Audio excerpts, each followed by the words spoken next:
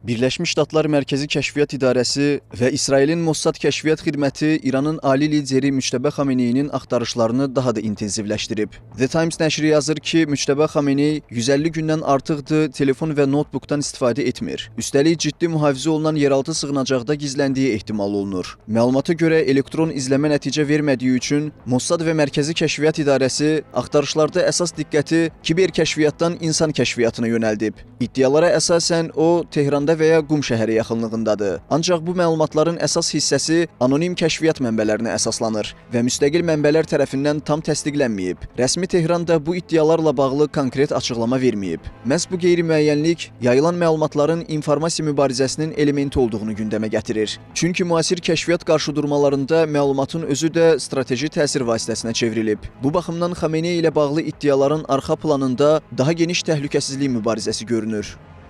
Kəşfiyyat məlumatları müstəqil şəkildə təsdiqlənmədiyi müddətdə onları qəti həqiqət kimi qəbul etmək mümkün deyil. Belə hallarda həm real əməliyyat ehtimalları, həm də qarşı tərəfə təsir göstərmək məqsədi daşıyan informasiya elementləri nəzərə alınmalıdır. Ona görə də əsas məsələ yayılan məlumatın mənbəyini və məqsədini düzgün müəyyənləşdirməkdir.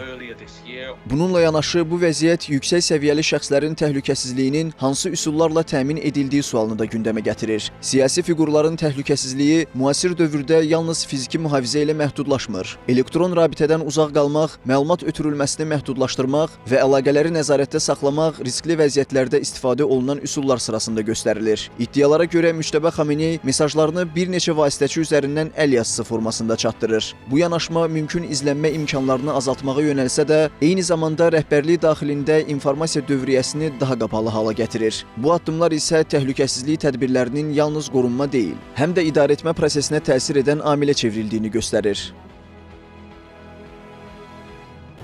İran kimi gərgin geosiyasi mühitdə olan ölkələr üçün rəhbərliyin qorunması strateji məsələ hesab olunur.